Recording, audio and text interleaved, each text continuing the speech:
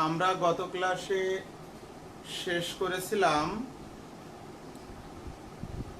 Aromatic hydrocarbon কাকে বলে, aromatic হাইড্রোকার্বনের প্রস্তুতি, অ্যারোমেটিসিটি বা অ্যারোমেটিকত্ব বলতে কি বুঝি, অ্যারোমেটিসিটি বা অ্যারোমেটিকত্বের ব্যাখ্যা বা প্রমাণ, হাকেল তত্ত্ব, বেনজিন সমগোত্রক, এই তত্ত্বগুলো আমরা আলোচনা করেছিলাম।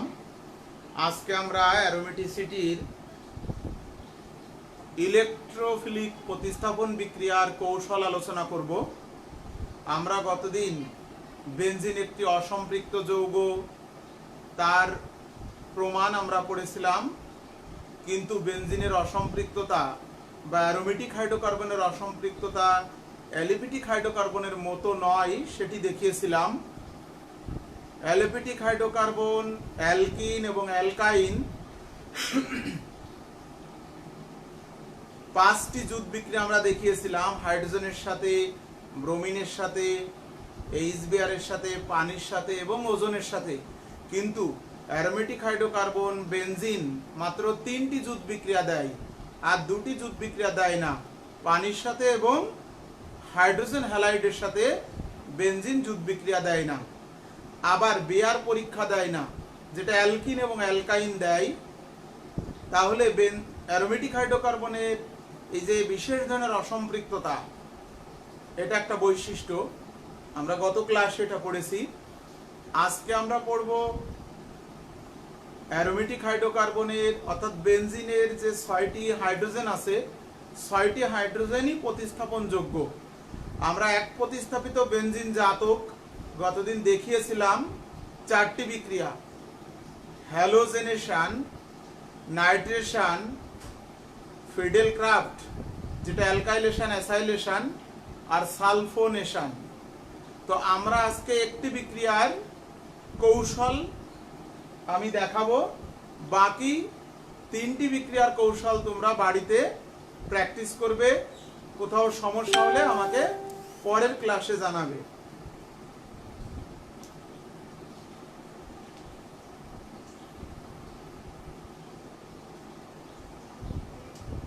নাম্বার 1 যেটা গতদিন পড়িয়েছিলাম, বেনজিন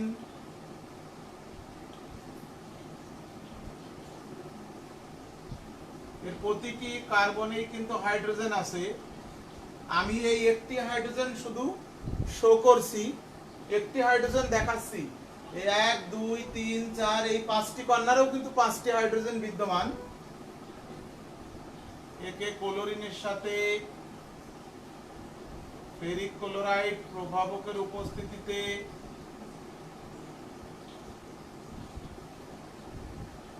বিক্রিয়া করালে হাইড্রোজেন প্রতিস্থাপিত হয় ক্লোরিন দ্বারা, ক্লোরোবেনজিন এবং হাইড্রোক্লোরিক অ্যাসিড উৎপন্ন হয়। তাহলে এই যে বেনজিনের একটি হাইড্রোজেন ইলেকট্রোফিলিক প্রতিস্থাপক ক্লোরিন দ্বারা প্রতিস্থাপিত হলো, এখন এই বিক্রিয়াটির কৌশল দেখব।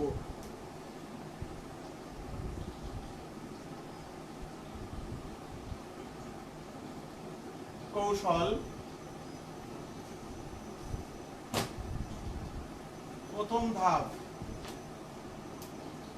প্রথম ধাপে ক্লোরিন ফেরিক ক্লোরাইডের সাথে বিক্রিয়া করে এই যে ইলেকট্রন সহ এই ক্লোরিন এইখানে চলে যাবে। ফেরিক ক্লোরাইড হলো লুইস অ্যাসিড, যেখানে ফেরিক তার অষ্টক পূরণ হয়নি, অষ্টক পূরণের একটা আকাঙ্ক্ষা আছে, তাই এই ক্লোরিনের বন্ধন বিষম বিভাজন হয়ে ক্লোরিন বন্ধন জোড়ে ইলেকট্রন সহ ফেরিক ক্লোরাইড এর সাথে যুক্ত হয়। তাহলে তৈরি হয় ফেরিক টেট্রা ক্লোরাইড আর পজিটিভ ক্লোরিন।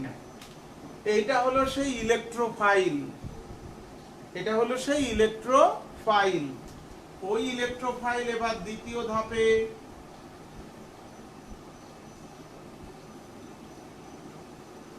বেনজিন বলয়ের পাই ইলেকট্রনকে আক্রমণ করে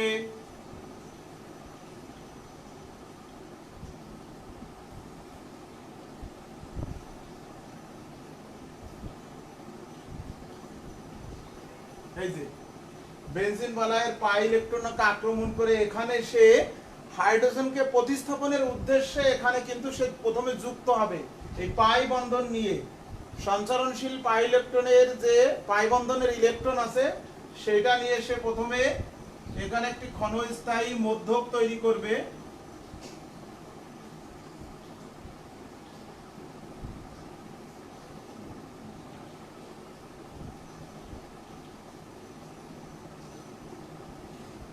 এই যে বৃত্ত 6টি পাই ইলেকট্রন আছে তার 2টি পাই ইলেকট্রন নিয়ে ক্লোরিন এখানে যুক্ত হলো, মানে এখান থেকে 2টি পাই ইলেকট্রনই কিন্তু এই বন্ধনটি ভেঙে এই যে এখানে ক্লোরিন যুক্ত হলো। এটা হলো সিগমা জটিল, অর্থাৎ পাই ইলেকট্রন নিয়ে সিগমা বন্ধন গঠন করলো ক্লোরিন, যেখানে বেনজিন বলয়ের পাই ইলেকট্রন এখন শর্ট আছে তাই পজিটিভ চার্জ, এটাকে বলা হয় সিগমা জটিল।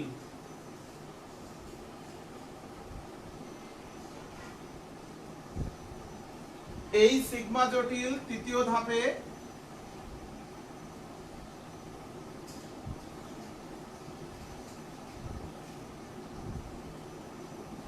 প্রথম ধাপে উৎপন্ন ফেরিক টেট্রাক্লোরাইড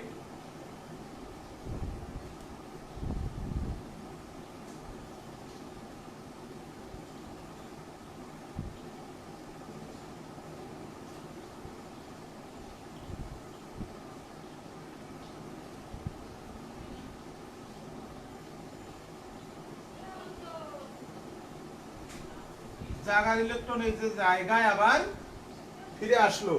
এই বন্ধন ভেঙে এইচ পজিটিভ এখানে চলে যাবে, এখানে তো ইলেকট্রন আছে নেগেটিভ, আর ইলেকট্রন দুটো রেখে যাবে বৃত্ত বা বেনজিন বলয় আবার তার পূর্ণতা পাবে।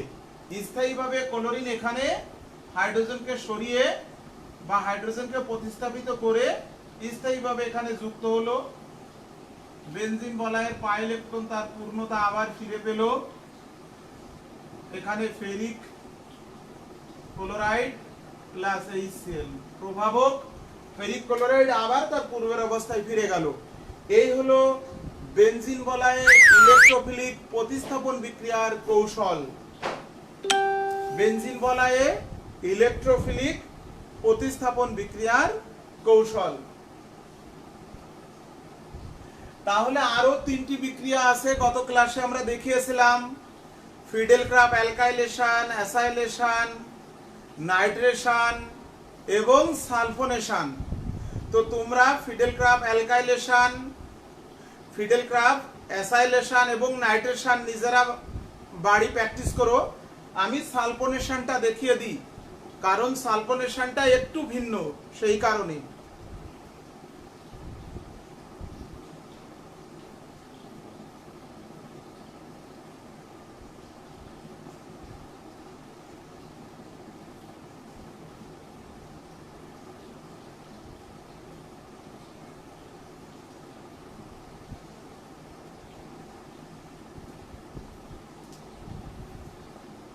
H2SO4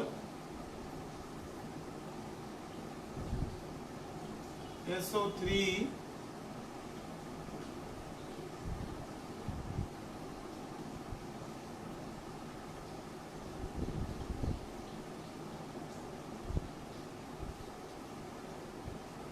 sulphonic acid, sulphonic benzene plus পানি। এই বিক্রিয়াটির কৌশল এখন আমরা দেখব। এটাও 3 ধাপে ঘটবে।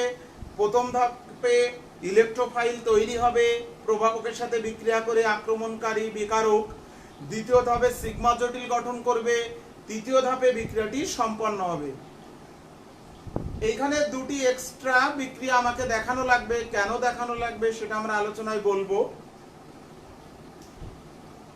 প্রথম ধাপ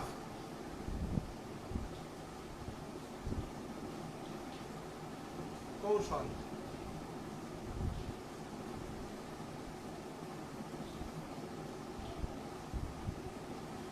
প্রথম ধাপে আক্রমণকারী বিকারক সালফিউরিক অ্যাসিড বিয়োজিত হয়ে SO3 বাইসালফেট এবং হাইড্রোনিয়াম আয়ন তৈরি করে প্রথম ধাপে। এখানে খেয়াল করো ইলেকট্রোফাইল কিন্তু হাইড্রোনিয়াম না, কারণ প্রোডাক্টটা দেখো SO3H, তাহলে এই SO3 কিন্তু ইলেকট্রোফাইল। এই SO3 একটি চার্জ নিরপেক্ষ অণু, এ কেন ইলেকট্রোফাইল তার ব্যাখ্যাটি দিতে হবে। অনুরণনের মাধ্যমে এর ব্যাখ্যাটি আমরা দিব।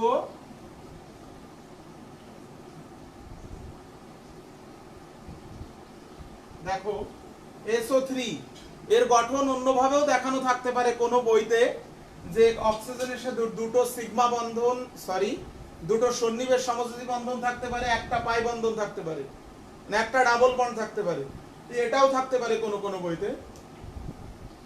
অক্সিজেন অধিক তড়িৎ-ঋণাত্মক হওয়ায় পাই ইলেকট্রন নিজের দিকে টেনে নিল, এই যে নিজের দিকে টেনে নিল, ফলে এইখানে এখানে নেগেটিভ হলো আর এইখানে পজিটিভ হলো। কিছুক্ষণ পরেই এই পাই ইলেকট্রন অক্সিজেন নিজের দিকে টান দিলে এই ইলেকট্রন আবার জায়গায় চলে আসলো। অনুরণন বা রেজোন্যান্স। সালফার ট্রাইঅক্সাইডের অনুরণন বা রেজোন্যান্স কাঠামো দেখাচ্ছি।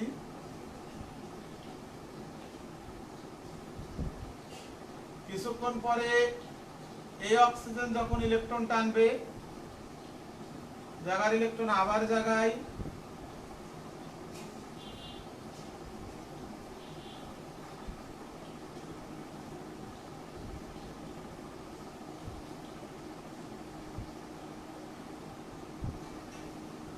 তাহলে এই যে অনুরণন কাঠামোগুলো থেকে দেখা যাচ্ছে SO3 একটি চার্জ নিরপেক্ষ অণু, কিন্তু অনুরণনের মাধ্যমে তার সালফার সবসময় ধনাত্মক চার্জ যুক্ত দেখো, আর এই তিনটে অক্সিজেনের যে কোনো একটিতে সবসময় নেগেটিভ ঋণাত্মক চার্জ থাকবে।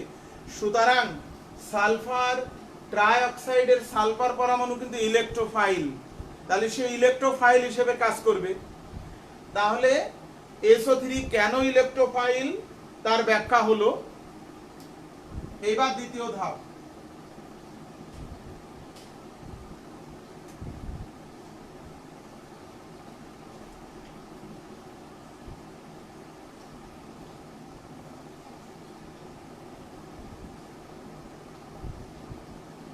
SO3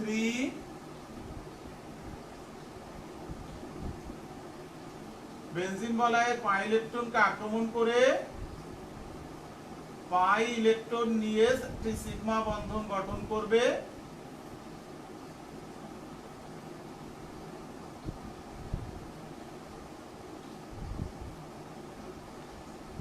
SO3 এখন নেগেটিভ, কিন্তু কেন? S এর যে পজিটিভ ছিল সেটাই পাই ইলেকট্রন নিয়ে পূরণ হয়েছে, কিন্তু এই যে তাহলে এই যে সিগমা জটিল তৈরি হলো, পাই ইলেকট্রন নিয়ে SO3, S positive oxygen negative, S এর পজিটিভ পূর্ণ হলো, SO3 তাহলে এখন নেগেটিভ দেখাতে হবে। এই সিগমা জটিল তৃতীয় ধাপে।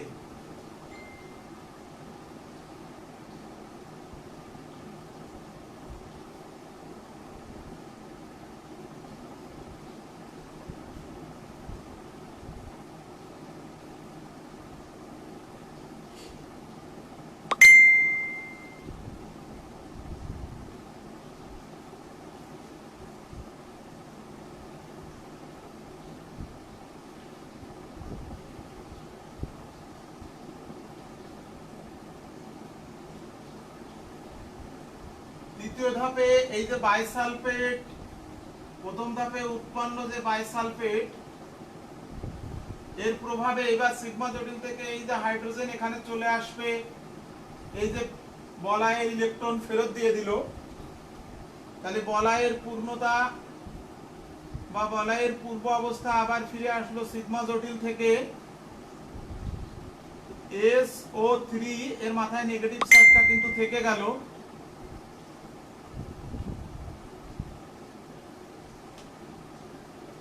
এই যে বেনজিন বলয়ের উপরে SO3, এই SO3 নেগেটিভ, কিন্তু তাহলে তৃতীয় ধাপে শেষ হলো না, আর একটা রিঅ্যাকশন আছে, সেটা হলো এই যে হাইড্রোনিয়াম আয়ন,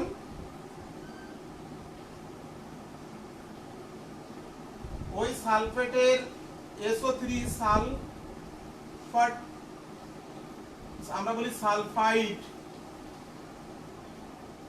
এটার সাথে H3O পজিটিভ বিক্রিয়া করে বিক্রিয়াটি সম্পন্ন হবে। মানে দুটো রিঅ্যাকশন এখানে এক্সট্রা, SO3H, এই H পজিটিভ এখানে চলে আসলো আর পানি।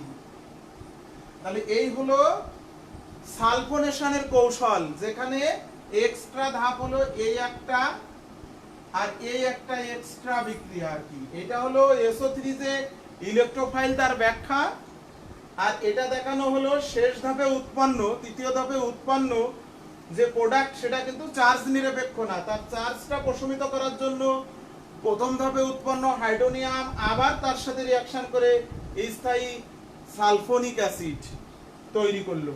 তাহলে এইটা হলো সালফোনেশনের কৌশল, এইটা হলো সালফোনেশনের কৌশল। তাহলে খুব ইম্পর্টেন্ট, কিন্তু আমি ইলেকট্রোফিলিক প্রতিস্থাপন বিক্রিয়ার দুটি কৌশল দেখালাম, যেখানে ইলেকট্রোফিলিক প্রতিস্থাপন বিক্রিয়া চারটি, আমি কিন্তু দুটি তোমাদের আলোচনা করলাম, তোমরা বাকি দুটি বাসায় আলোচনা করো,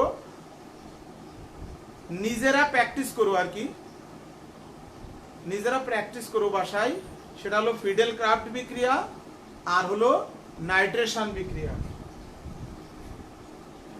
আমরা এখন এক প্রতিস্থাপিত বেনজিন জাতক, এই যে এক প্রতিস্থাপিত বেনজিন জাতক সালফোনিক অ্যাসিড, এক প্রতিস্থাপিত বেনজিন জাতক টলুইন, এক প্রতিস্থাপিত বেনজিন জাতকের আগে বিক্রিয়া দেখালাম ক্লোরোবেনজিন, এই এক প্রতিস্থাপিত বেনজিন জাতকের বেনজিন বলাই ইলেকট্রনীয় ভাবে আরো সক্রিয় না নিষ্ক্রিয় এটা আলোচনা করব।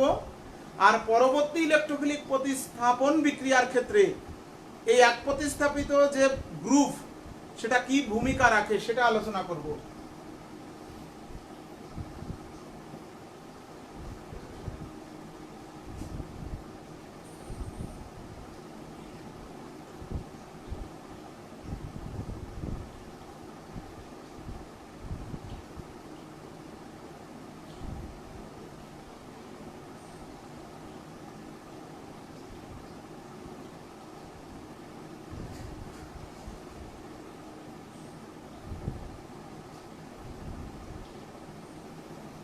অর্থাৎ এক প্রতিস্থাপিত বেনজিন জাতক,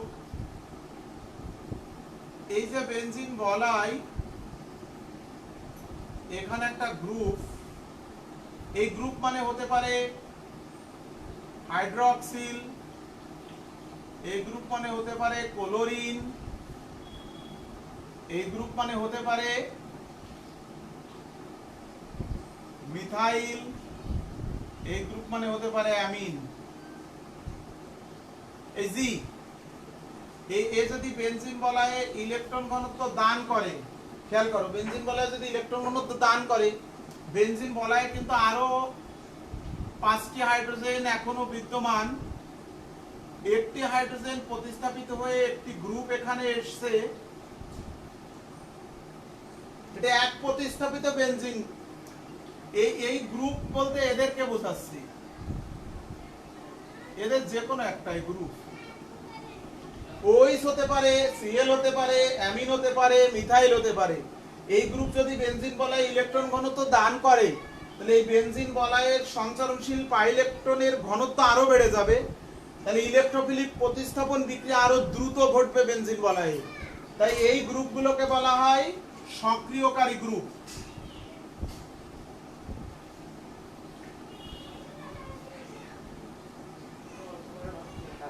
এরা বেনজিন বলাইকে ইলেকট্রন ঘনত্ব দানের মাধ্যমে ইলেকট্রোফিলিক প্রতিস্থাপন বিক্রিয়ার ক্ষেত্রে আরো সক্রিয় করে, তাই এদেরকে আমরা বলি বেনজিন বলাই সক্রিয়কারী গ্রুপ। আবার উল্টো হতে পারে, দেখো,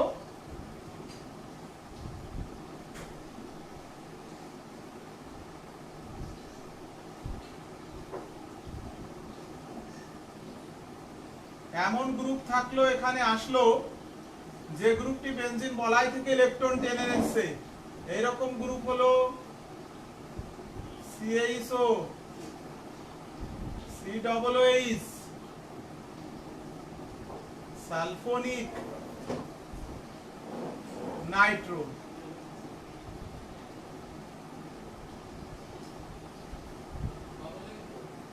এরা হলো বেনজিন বলাই থেকে টেনে নেয়, তাহলে নিষ্ক্রিয়কারী গ্রুপ।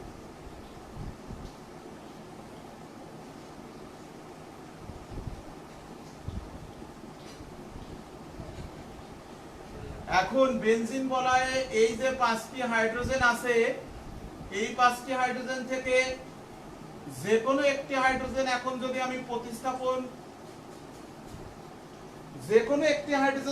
প্রতিস্থাপন করাতে চাই, এই বেনজিন বলাই আর এই বেনজিন বলাই, এই দুটোর মধ্যে এইটাই প্রতিস্থাপন বিক্রিয়া দ্রুত দেবে, কারণ এই যে এক প্রতিস্থাপিত গ্রুপ বেনজিন বলাই ইলেকট্রন ঘনত্ব বৃদ্ধি করছে, তাহলে রাসায়নিকভাবে এই বেনজিন বলাই ইলেকট্রোফিলিক বিক্রিয়ায় আরো দ্রুত অংশগ্রহণ করবে। এখন বেনজিন বলাই থেকে একটি হাইড্রোজেন প্রতিস্থাপিত হওয়ার পর বাকি হাইড্রোজেনগুলোর অবস্থান অনুসারে নাম হয়। যেমন এটা যদি 1 নম্বর হয়, এটা 2, এটা 3, এটা 4, এটা 5, এটা 6। 6 এবং 2 অবস্থানকে আমরা বলি অর্থ অবস্থান, আর এই 5 এবং 3 অবস্থানকে আমরা বলি মেটা অবস্থান, আর এই 4 নম্বরটাকে আমরা বলি প্যারা। তাহলে বেনজিন বলায়ে একটা গ্রুপ আসলেই সেই গ্রুপটি যে কার্বনে আছে তার পাশের দুটি কার্বনের নাম হলো অর্থ অবস্থান, তার পরের দুটি কার্বন 3 এবং 5 সেটাকে বলা হয় মেটা অবস্থান, আর সরাসরি অপোজিটে 4 নম্বর এটাকে বলা হয় প্যারা অবস্থান, প্যারা। তাহলে অর্থ অবস্থান থেকে হাইড্রোজেন প্রতিস্থাপিত হবে না মেটা থেকে না প্যারা থেকে, এইটা বোঝার জন্য এই সক্রিয়কারী এবং নিষ্ক্রিয়কারী গ্রুপ তারা বেনজিন বলায় ইলেকট্রন দান, নিষ্ক্রিয়কারী গ্রুপ বেনজিন বলায় থেকে ইলেকট্রন টেনে নেয়।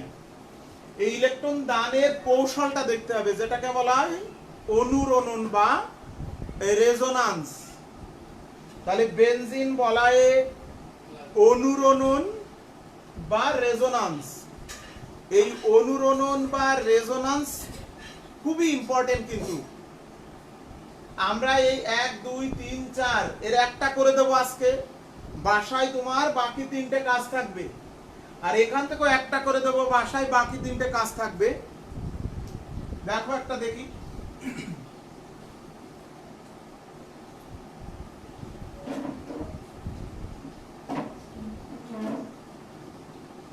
মনোযোগ সহকারে দেখতে হবে।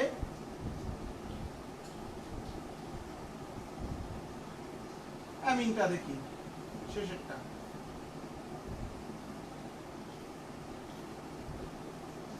দেখো এ যখন বেনজিন বলায় এই ইলেকট্রন বেনজিন বলায় দিবে, তখন এই পাই ইলেকট্রন ধাক্কা খেয়ে এই জায়গায় চলে আসবে। প্রথম স্টেপটা ভালো করে বোঝো, যখন নাইট্রোজেনের মুক্তজোড় ইলেকট্রন বেনজিন বলায় দিবে, এই মুক্তজোড় ইলেকট্রন এখানে যখন বন্ড গঠন করবে, তখন এই বন্ডটা ধাক্কা খেয়ে এখানে চলে আসবে।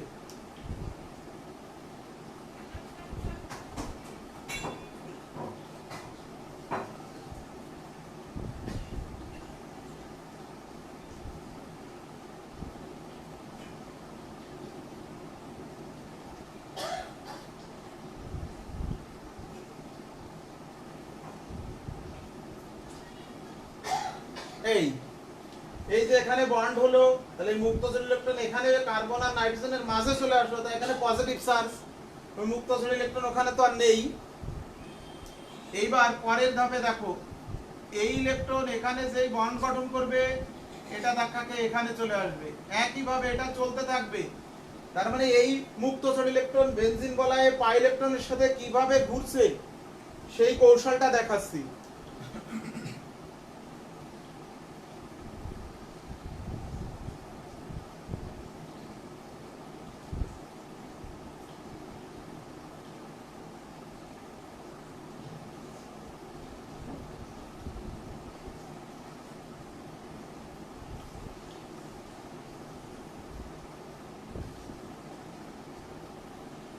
এইবার এই ইলেকট্রন এখানে যে বন্ড গঠন করবে এটা এখানে চলে আসবে,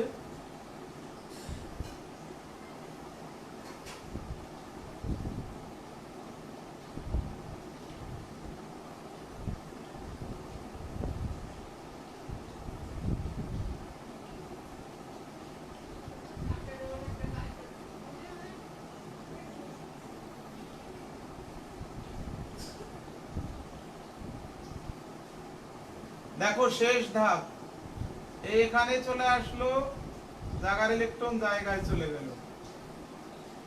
তাহলে একবার রাউন্ড দিয়ে পূর্বের অবস্থায় ফিরে আসলো।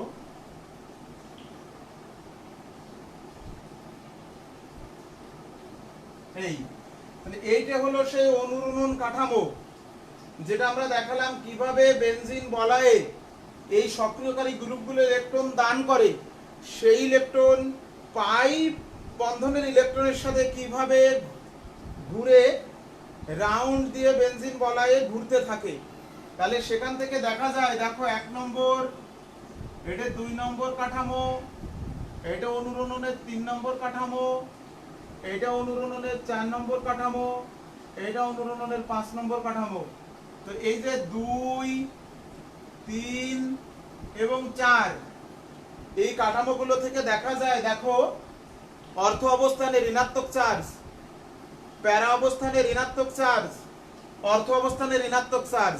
কিন্তু দেখো 3 এবং 5 অর্থাৎ মেটাতে কোনো ঋণাত্মক চার্জ নেই। তাহলে এই অর্থ, মেটা এবং প্যারা এই 3 অবস্থানের কোথায় ইলেকট্রন ঘনত্ব বেশি? অর্থ আর প্যারায়।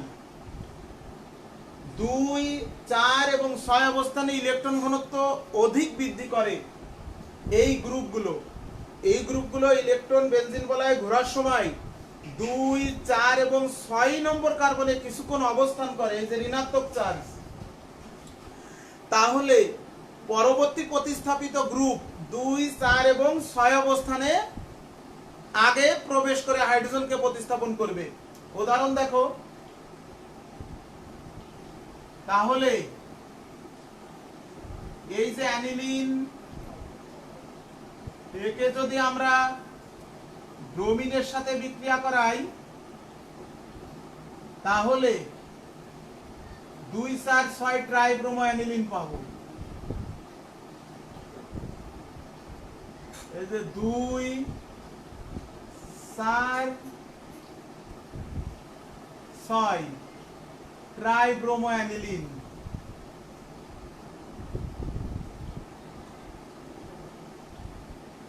তাহলে অর্থ প্যারা নির্দেশী গ্রুপ বলা হয় এদেরকে। কেন? এই গ্রুপগুলো বেনজিন বলয়ে থাকলে পরবর্তী ইলেকট্রোফিলিক প্রতিস্থাপিত গ্রুপ যেমন ব্রোমিন অর্থ প্যারার থেকে হাইড্রোজেন প্রতিস্থাপন করছে, তাই একে বলা হয় অর্থ প্যারা নির্দেশী গ্রুপ। অ্যামিন, ক্লোরিন, হাইড্রোক্সিল এবং মিথাইল এরা বেনজিন বলয়ে সক্রিয়কারী গ্রুপ এবং অর্থ প্যারা অবস্থানকে অধিক সক্রিয় করে। তাহলে তোমাদের বাড়ির কাজ হলো ক্লোরিন, মিথাইল এবং হাইড্রোক্সিল এই তিনটের এইভাবে অনুরণন কাঠামো প্র্যাকটিস করা।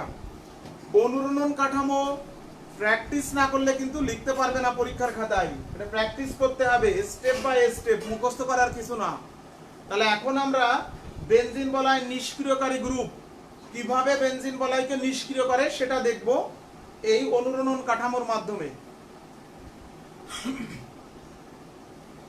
আমি যেভাবে দেখাচ্ছি এইভাবে করবে, নোটে বা বইতে যেভাবেই থাকুক না কেন।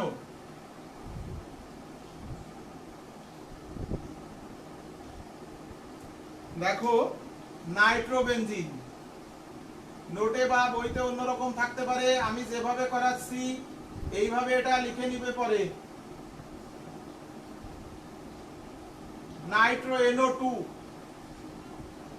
বইতে অন্যভাবে থাকতে পারে, আমি যেভাবে দেখাচ্ছি এইভাবে করবে। এই যে এখানে একটি হলো ডাবল বন্ড, একটি হলো সন্নিবেশ সমযোজী বন্ধন, নাইট্রোজেনের 1, 2, 3 যোজনী, আর এটা সে মুক্ত জোড় ইলেকট্রন দিয়ে সন্নিবেশ বন্ধন গঠন করেছে।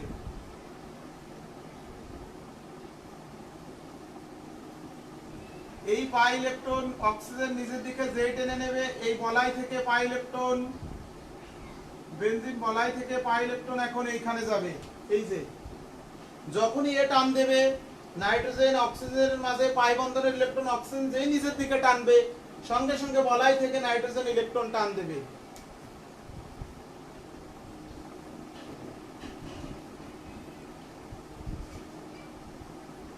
এখানে ডাবল বন্ড,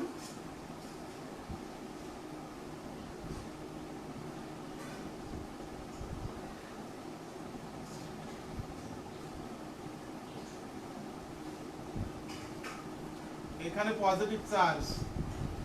খেয়াল করো, এই পাই ইলেকট্রন যখনই এখানে কার্বন আর নাইট্রোজেনের মাঝে বন্ড হলো, তাহলে এখানে পজিটিভ চার্জ হলো, ইলেকট্রন তো এখান থেকে চলে গেছে এখানে। এই পজিটিভ চার্জ পূরণ করার জন্য এই পাই ইলেকট্রন তখন এই দিকে ধাবিত হবে, ঘুরবে, সঞ্চারণশীল।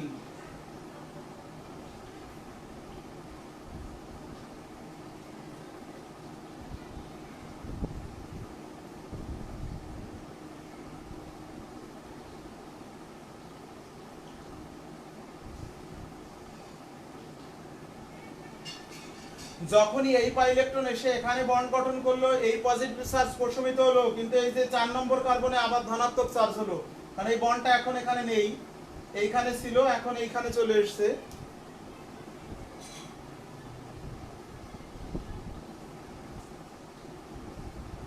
এই যে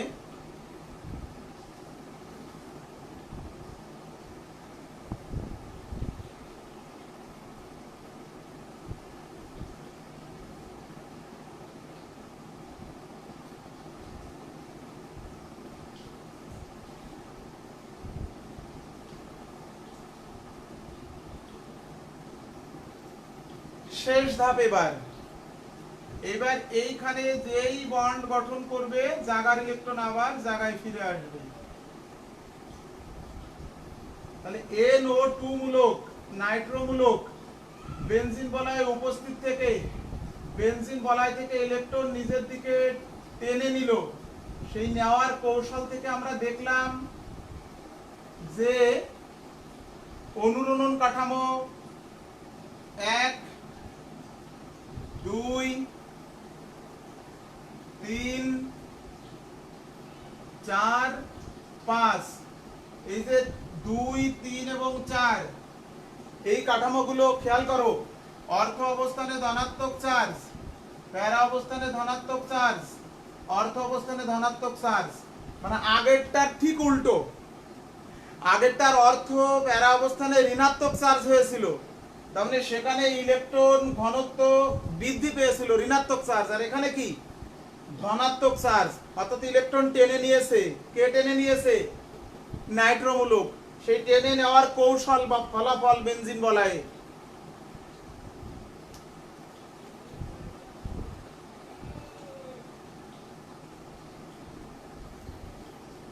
অর্থাৎ অর্থ প্যারা অবস্থানে ধনাত্মক চার্জ, তাহলে পরবর্তী ইলেকট্রোফিলিক প্রতিস্থাপিত গ্রুপ কখনোই অর্থ প্যারাতে যাবে না। ওখানে ইলেকট্রন কম, ইলেকট্রন ঘনত্ব কম, ওখানে ধনাত্মক চার্জ কিছুক্ষণ তো অবস্থান করেছে।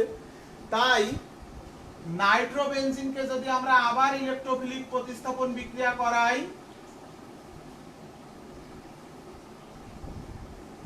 যদি আমরা একে ব্রোমিনের সাথে বিক্রিয়া করাই, তাহলে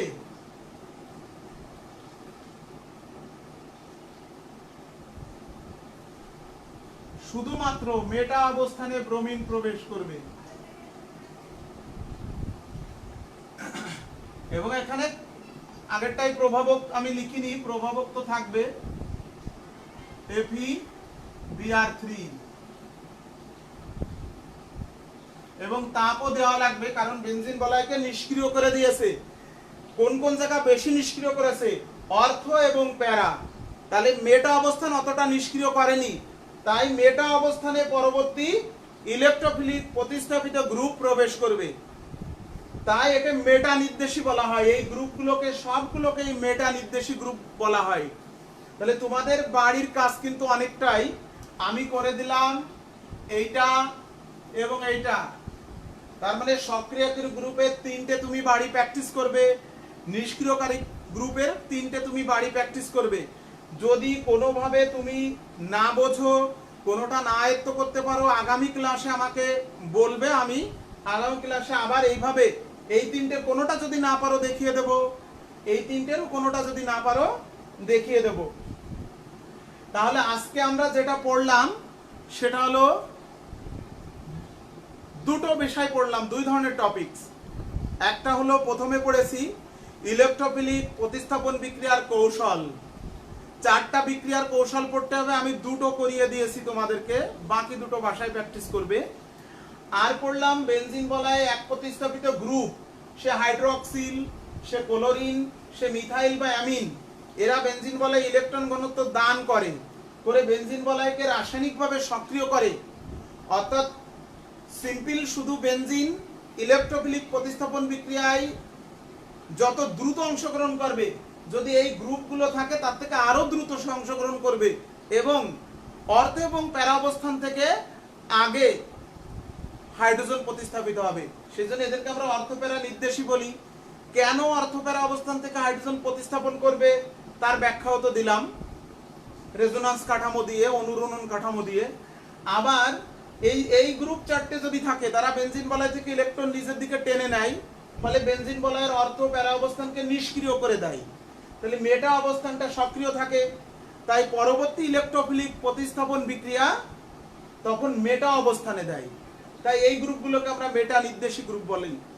তাহলে আজকে আমাদের এই পর্যন্তই। যে টপিকসগুলো আমরা পড়লাম তোমরা দেখো কোন টপিকসগুলো আমাদের পড়া হয়েছে। আগামী ক্লাসে এখানে সমস্যা থাকলে দেখবো, তারপরে পরের টপিকসে যাব।